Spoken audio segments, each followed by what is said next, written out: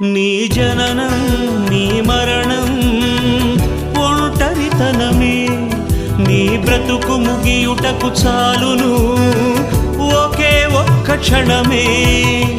చనిపోతే నీ వారే నీతో రారు, సాగనంపుతారు నీ కన్నవారు. దేవునికేమో అన్యాయం చేశావు,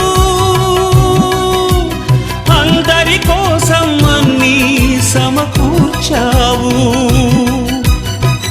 నీవన్నీ వారికి, నీవేమో కాటికి.